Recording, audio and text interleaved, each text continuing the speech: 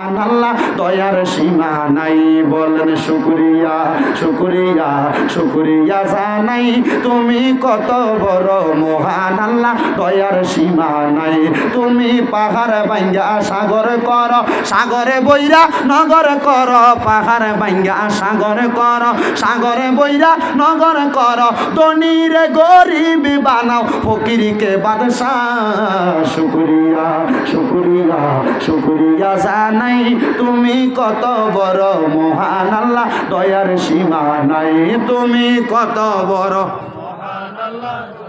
আল্লাহ, তোমার দয়ার নাই পারাপার, ও মহান আল্লাহ পরওয়ার, তোমার দয়ার নাই পারাপার, ও মহান আল্লাহ পরওয়ার, দয়া বরা তামাম জাহান যেদিকে তাকায়। শুকরিয়া শুকরিয়া শুকরিয়া জানাই, তুমি কত বড় মহান আল্লাহ দয়ার সীমা নাই, তুমি কত বড় মহান আল্লাহ দয়ার সীমা নাই। একটা জবান বন্ধ রাখবেন না, জবান খুলে উচ্চ কণ্ঠে জোরে পড়েন আল্লাহু আকবার।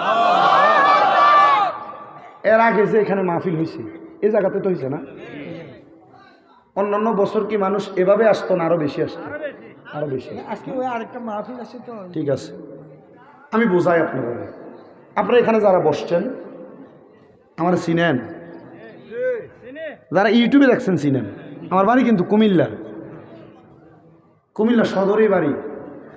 আমি মূলত আমরা কুমিল্লা শহরের ভিতরে বা সদর এলাকাত আমি মাহফিল দেই না, কারণ মাহফিল এলে কল দিলে আমরা কুমিল্লা শহর এলাকার মাহফিল কমিটির অভ্যাস হইলো এরা বক্তারা দাওয়াত দিয়ে বিরিয়ানি খাবা। কে দেখাবা? বিরিয়ানি খাবা। মানে এরা মনে করো হুজুর মানুষ বিরিয়ানি খাইয়া মানুষ হোক, কিন্তু আমাদের প্রত্যেকদিন রাত্রে বিরিয়ানি খেয়ে এরা জানে না। 2 নম্বর খাসিয়ত, দাওয়াত দিত জন ফোন দেয়, হুজুর আপনার বাড়ির কাছে দাও, মাহফিলটা রেখে দেন। 2 নম্বর খাসিয়ত। 3 নম্বর খাসিয়ত, আমাদের কুমিল্লাতে আলেমোলামা আসে, হুজুর আসে কথা সত্য, মাহফিলের পরিবেশ মাহফিল কমিটি থাকে এলোমেলো। কি মেলো? যেটা আমি আইসা আপনাদের এখানে আজকে পাইছি। আমি কাউরে কিছু বলা আমার উদ্দেশ্য নয়, আমার উদ্দেশ্য হলো এমন, আপনি এমন তৎপর থাকবেন, এলাকায় ওলামায়ে কেরাম আসবে, আপনি তারা সুন্দর রিসিভ করবেন, তারা সুন্দরভাবে আপনি বসাইবেন, সুন্দরভাবে আপ্যায়নশীলভাবে আবার মাহফিল স্টেজে আনবেন, ওয়াজ করবেন, নামবে, সুন্দরভাবে বিদায় দিবেন। ঠিক আছে না? আমাদের এই অঞ্চলে এগুলাতে একটু ত্রুটি আছে, এগুলাতে ত্রুটি আছে।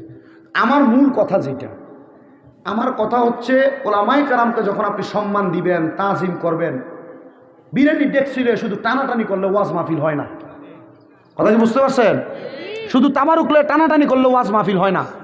ওয়াজ মাহফিলে যখন এক ধারাবাহিকতায় ওয়াজ চলবে তখন মানুষ নিজে নিজে বসবে।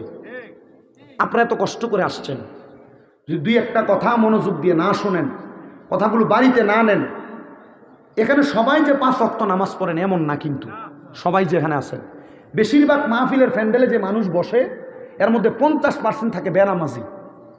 কি নামাজি? 50% বেনামাজি।